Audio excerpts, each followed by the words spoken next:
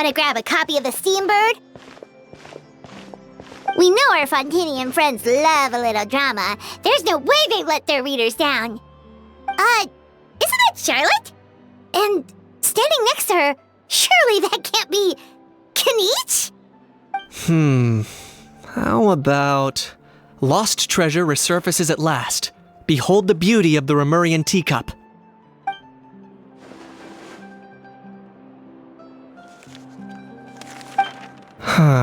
Pretty shocking.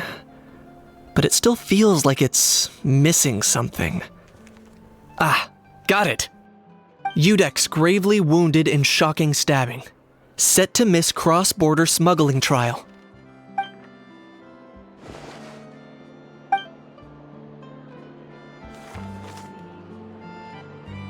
Huh? What? Did Paimon hear that right? Neuvillette was stabbed and gravely wounded? No, surely that can't be right. Can it?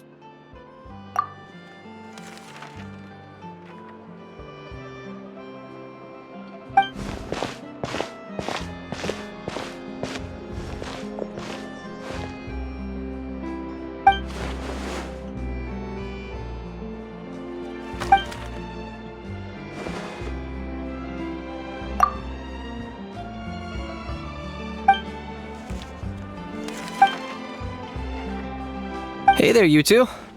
Fancy running into you here. Yeah, that, and also a less than pleasant shock. What the heck was all that about a Saurian meat restaurant and the Udex getting stabbed? Please say you weren't being serious.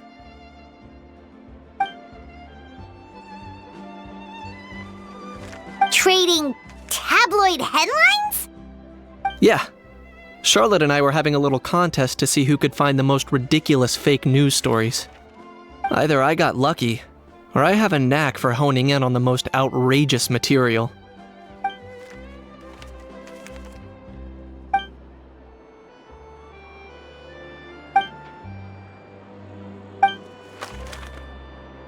If I had to quantify it, I'd say about 1% of what they write is the truth. Him? Lenient? Oh, you gotta be kidding! Ah! Don't get me wrong. I'm not trying to give credit to these so-called news stories for occasionally including a grain of truth. All I'm saying is, even the wildest leaps of the human imagination are always rooted in reality. You mean all those fake headlines you mentioned actually do have some basis in fact? Sure they do. For instance, there was in fact a smuggling trial recently. Considering the amount of speculation surrounding the smuggled goods, it's no wonder there are rumors about restaurants serving saurian meat or teacups being unearthed from ancient ruins. But in reality, the goods in question were simply a few ancient relics dug up from ruins in Natlan. Rest assured, no saurians were harmed in the process.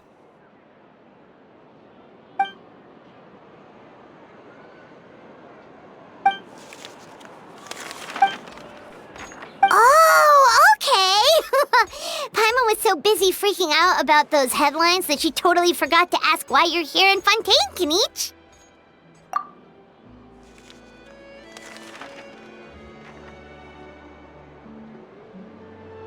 It was a pretty open and shut case, and my testimony in court was clear enough. But I'm guessing, Mademoiselle Charlotte, that you're less interested in the case than you are in trying to uncover some news stories about Natlan. I appreciate your kind invitation, but like I said, storytelling isn't really my forte. Kaniche the speechless! Kaniche the tongue-tied! Huh? If you're dead set on doing an interview, why not talk to the Traveler instead?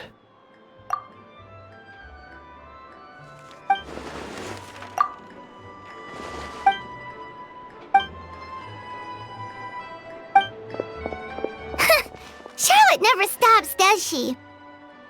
Anyway, Paimon just has to ask. That owl thing that popped out before, or was it a howl? It kind of looked like a howl, but at the same time... Oh, that thing. Yeah, that was a howl. Huh? What's up with him? Like, he's still noisy, but he's way quieter than before. It's like he's trying to hide or something. Could be. Not acclimatizing?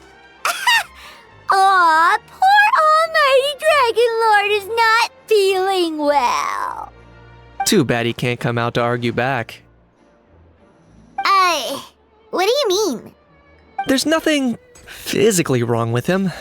It actually has to do with a strange law we learned about after arriving in Fontaine.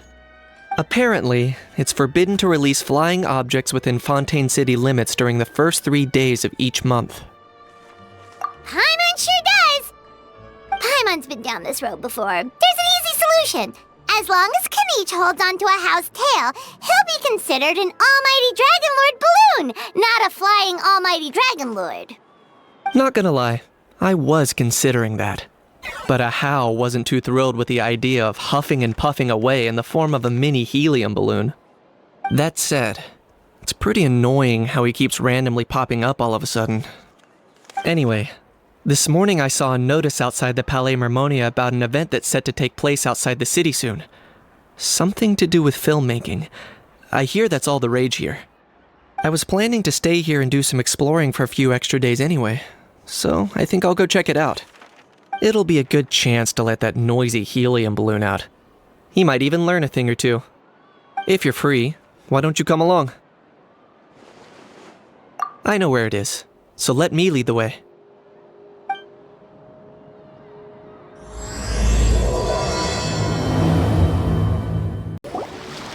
Looks like I remembered correctly. Here we are. Wow, this is awesome! Hard to believe it was just an empty beach before. Yeah, it was still completely deserted only a few days ago when I passed by on my way to testify at the Opera House. There must be some efficient workers in Fontaine. Quite impressive. A few days? One night was all it took. Rap-a-tap-tap, ta-da! But is this all it takes to blow people away? Oh, no. Given my past experience, I can't let myself get carried away. Well, I can't believe you actually remember me. It's me, Lepine Pauline. That's right, the unlucky one. Of course! How else would we have managed to build Fantasyland in a single night? Fantasyland? At least that's how I like to think of it myself. A magical land of fantasy, the stuff of film buffs' dreams. I know it sounds like I'm laying it on thick, but that really is the goal here. As you can see, the theme of this amusement park is Fontainian filmmaking, a place for all film lovers to come together and co-construct a world of dreams. Co-construct? Well, that's a relief. Sounds like you're sharing the cost this time rather than pouring your entire life savings into a single project. Nope! I might be inviting others to help fund this, but that doesn't mean I haven't thrown all my life savings into it too! Huh? You've got to be kidding. Ha! Look at you, puny little humans. Recklessly betting your entire future against some stupid vanity project. If you're expecting even an ounce of sympathy from the Almighty Dragon Lord, dream on! Mockery is all you shall get, straight from the heart! Sorry, just ignore that little gizmoid. He likes to butt in occasionally. Do go on. Gizmoid? Who you calling Gizmoid? You're the Gizmoid! Wow! That's quite a nifty mecha you've got yourself there. Is it some sort of smart personal assistant? You ought to let Miss Charlotte see your cool gadget. Who knows? Maybe you could even look into mass production! Mass production? Ugh, insolent, vulgar, and disrespectful! I, the Almighty Dragon Lord, am one of a kind! There has never been another like me, nor will there ever be! And another thing, smart is the understatement of the century! I shall have you know that I am Kahulahau, forebear of ancient wisdom! I lived for eons long before any of you were born! What? Heavens above! I beg your pardon, forebear of ancient wisdom. Please, I meant no offense. Idiot meets idiot. What's all the fuss? Making some new friends, are we?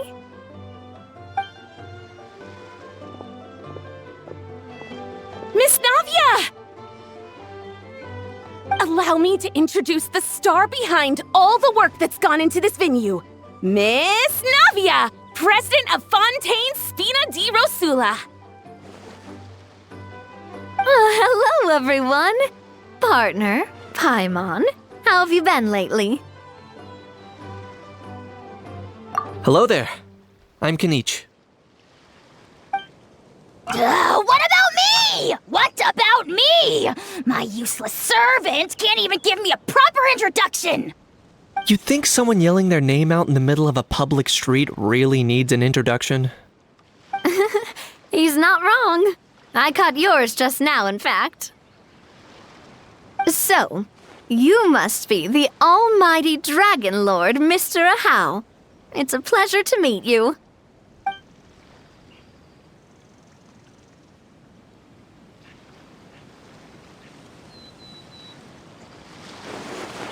Oh, see that?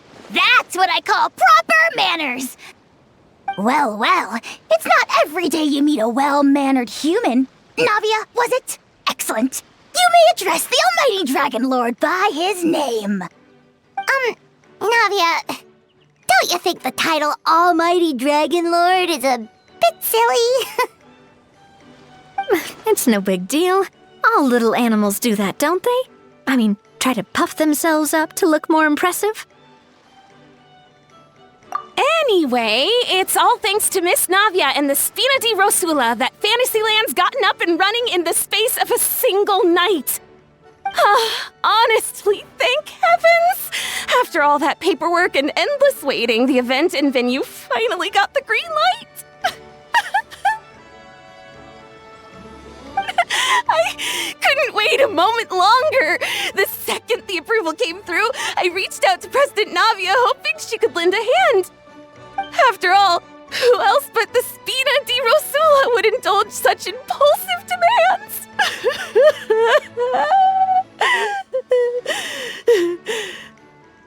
Sorry, Traveler. Miss Lapine Pauline sometimes gets a bit overwhelmed by her own excitement, as you can see. I'm guessing she hasn't gone into much detail about the event yet, so let me fill you in. In short, the Cheval Moran Film Fantasyland is a fan convention that's open to film enthusiasts from all over Teyvat. Miss Lapine Pauline is hosting this event and also providing technical support. Huh? Cheval Moran? That's right! The one and only Surintendant Cheval Moran! After much persistence and many solicitations, I finally obtained Lady Farina's permission to use the image of her close friend. Not only is our adorable mascot drawing in fans by the minute, but she's also boosting her own popularity. And that was always the goal, a win-win arrangement. It's been a while since we last met, but still, it's a surprise to hear Lapine Pauline coming out with such sensible ideas. By the way, Miss Lapine Pauline, have you decided to switch careers and go into film tech? Not exactly. By chance, one of the prototype lenses I developed caught a photographer's eye, and it's now being used for the latest cinematic productions.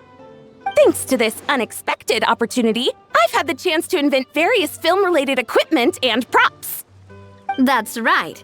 So don't underestimate Miss Lapine Pauline, our resident engineer. She's the technical powerhouse at the core of this entire event. As for the Spina di Rosula, we're mainly here to take care of planning, operations, and management. For anyone feeling inspired to set up a booth, Miss Lapine Pauline and I will provide the necessary technical and operational support once their application has been approved. By the way, Traveler, are you at all interested in taking part? It would be a chance for you to earn some extra income. Plus, with your skills, I'm sure you could bring something special to the table. Paimon would be even more tempted if you were to, say, throw in one of those fancy feasts she's seen in those gourmet food reels.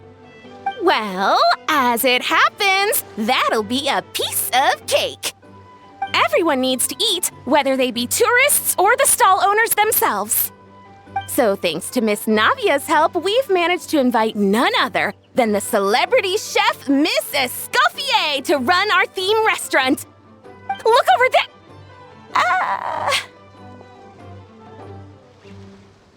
You! Yes, you! For the last time, the ingredients have to be in the right ratio! Get it right next time, or you might as well just lie down on the chopping board yourself. She seems a bit busy right now. Well, I'm sold. I think I'll make a How go be her assistant.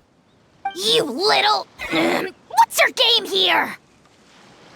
Demoiselle, sorry to bother you, but there's an issue over here that requires your personal attention. Apologies. Looks like it's back to work with me. Please feel free to take a gander at what we've got. Anyway, if you're interested in taking part, come find me later.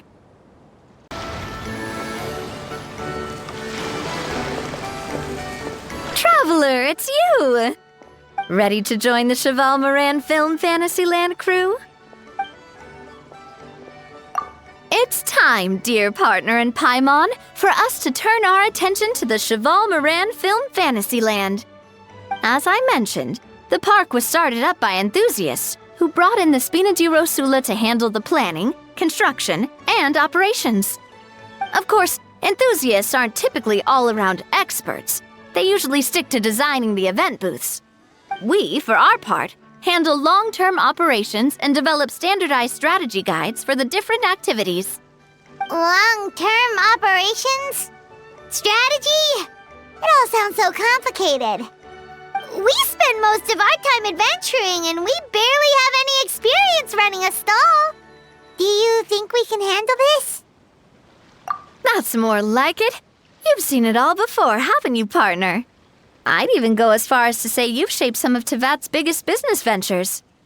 Anyway, first things first. Let's get an overview of how the whole festival's gonna be run.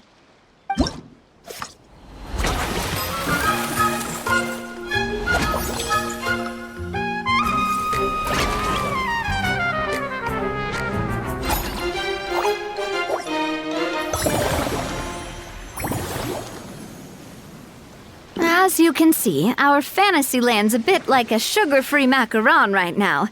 Several areas are still under construction. The Spina's only been able to hire a limited number of craftsmen. Besides, we don't have enough experience to handle multiple projects simultaneously. That's why I chose to adopt a time slot-based planning method, so we can focus on specific tasks during each designated period. Upgrading facilities, expanding the venue, hiring staff. All of this requires funds and time slots to accomplish. So, it's our job to allocate precious time slots in each business cycle to the most worthwhile tasks. As we attract more guests and earn money to add to our funds, we'll also be able to work more efficiently, which will allow us to divide each cycle into finer time slots, which will let us get more done. So we'll be limited in the decisions we can make and tasks we can focus on within each time period. Which means we have to use our limited actions and Mora to earn even more Mora. Kinda like playing chess or cards then. Cooking up a strategy in advance is gonna be key. Paimon thinks she just about gets it. How do you feel about it, Traveler? Yep, come on, we can do this. You mentioned standardized strategy guides just now. Does that mean there are non-standard ways to take part too? Of course. Film and entertainment mean different things to different people. And there's gonna be a wide range of exciting activities for people to try out. If we're not careful, some visitors might wander off and end up getting in trouble. And others might pick up dangerous props by mistake. To avoid confusion, we need to create a standardized strategy guide for each activity. Just think of it like a walkthrough. Wow, if we're the first just wants to test out the activities. Who knows what surprises there could be waiting for us? But if we hit a tough spot, we'll just have to rely on our skills to carry us through. Hopefully it goes without saying that I'd never put you in danger, partner. I carefully checked all the existing activities before you arrived, and I can assure you that they're all perfectly safe. I also wanted you to experience the activities before anyone else gets to. It'll be fun. Plus, we'd like to hear your thoughts and suggestions. Oh, those are two things Navia is best at! Making people feel safe and having fun! Great!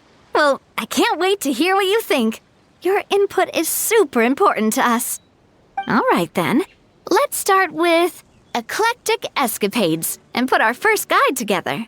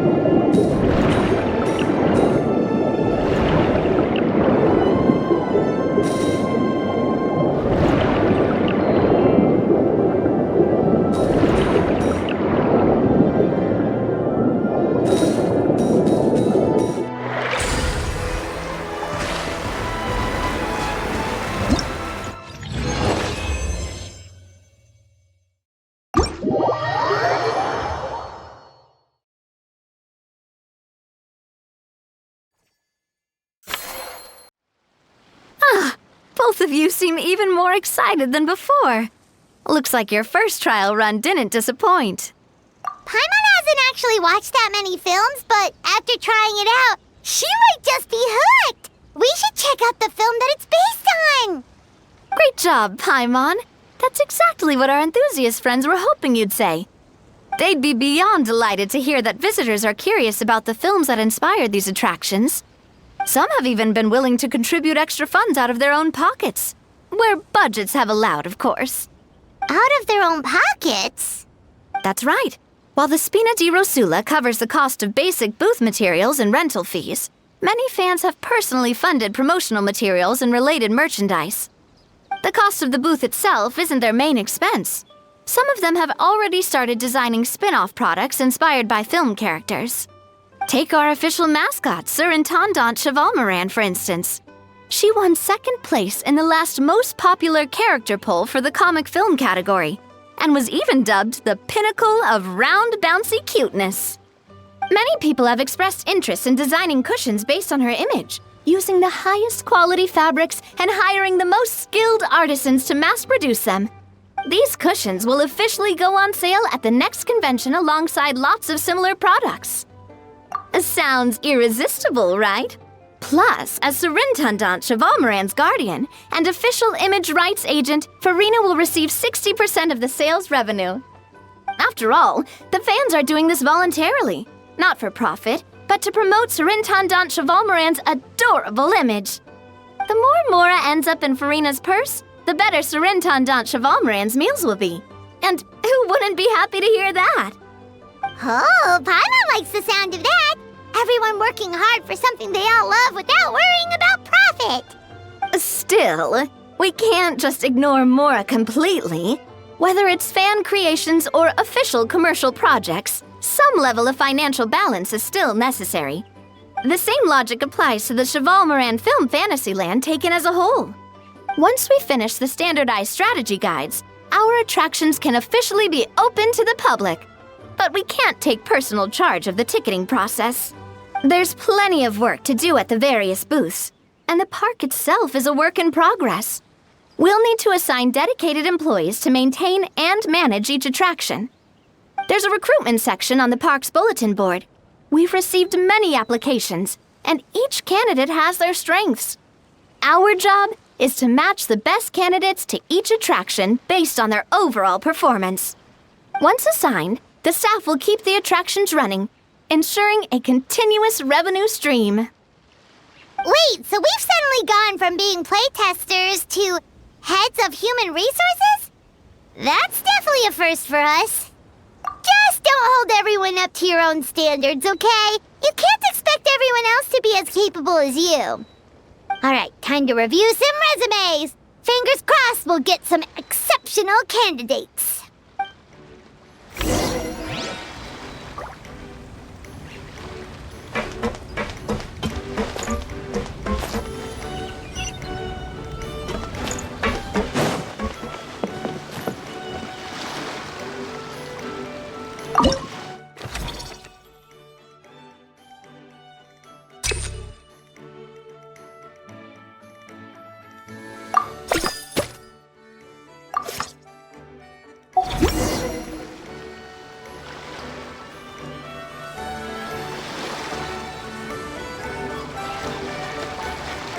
Looks like this particular employee is really getting into their role. You're both doing great. You sound more like bosses than I do. In any case, with this, the Cheval Moran Film Fantasyland is now officially open. Running a theme park is a long-term project. You won't make much if you try and rush it. We're just about done with our current work setup, so let's take a short break and wait for this cycle's revenue report to come in.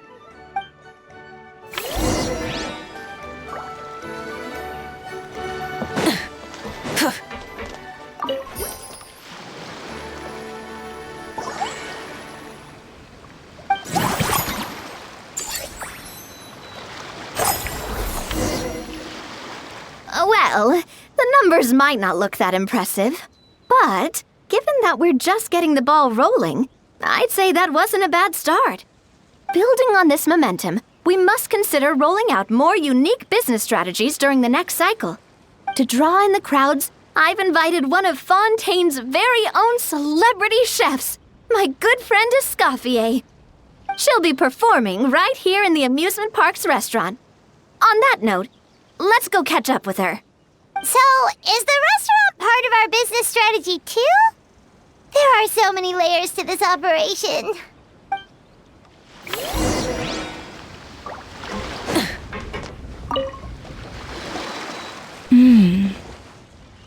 The restaurant is up to standard, and the waterside location will make for a unique dining experience. The beautiful scenic reflections in the water create a stunning backdrop, lifting diners' spirits and allowing them to truly savor their meals. Ingredients, check. Cooking utensils, check. Looks like we're ready to rumble. Hey there, Escoffier! Oh, my employers are here. The president of the Spina di Rasula, plus the famous traveler and Paimon.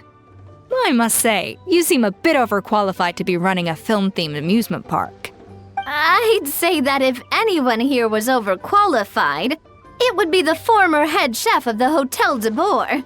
Wherever you walk, the aroma of fine cuisine follows in your wake.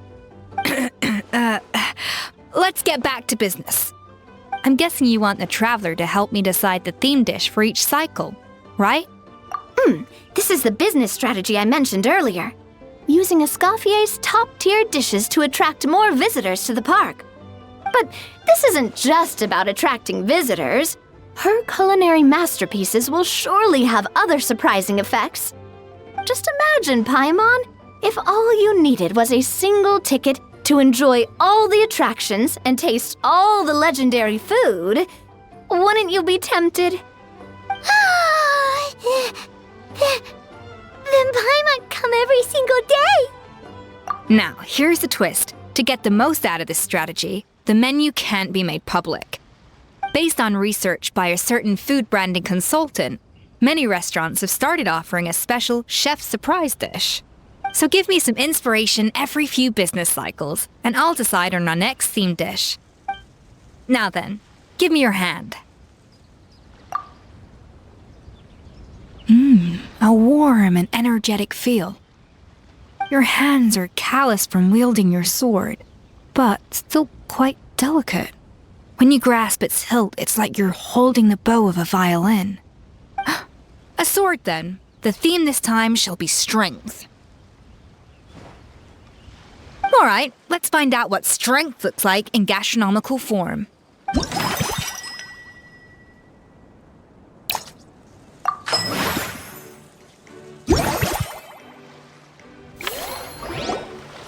I've refined the sauce for these barbecue ribs.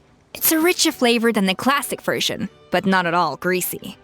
The mint extract in the seasoning leaves a refreshing aftertaste, perfect for indulging yourself after a fun-filled day.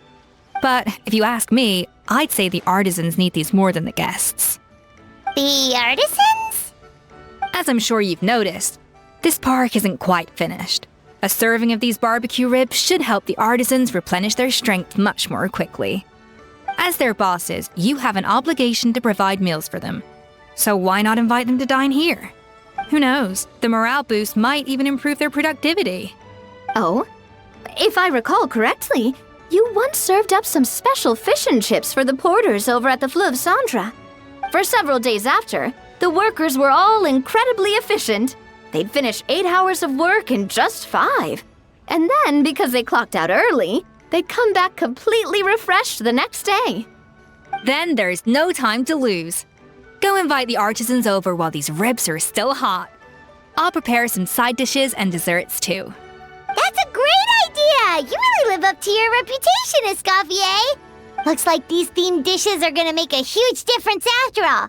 We'll have to make sure we check in with you regularly. The artisans are pumped and ready to roll thanks to that themed dish. And perfect timing, too. Let's take this chance to take the facilities of our eclectic escapades to the next level.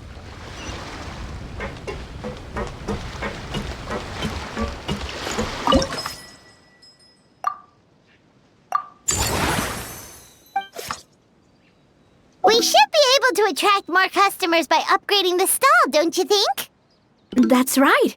Based on my business experience with the Spina di Rosula, I've quantified the service value to help you intuitively understand how satisfied customers are with each stall.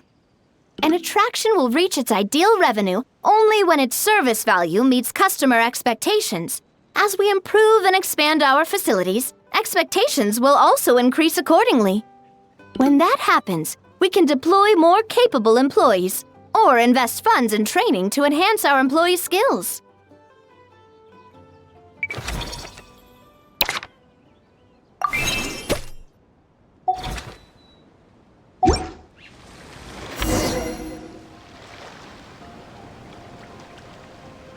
Whew!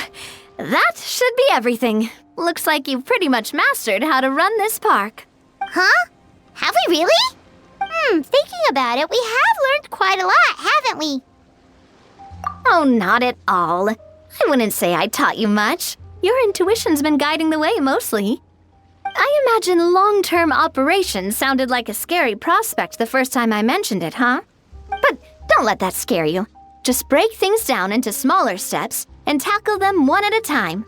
Even if you're not a genius or naturally gifted, you'll get it done in the end. Whoa, seeing your own progress has really got Paimon fired up! Actually, she's gonna jot your words of encouragement right down. From here on out, we'll be running the Chevron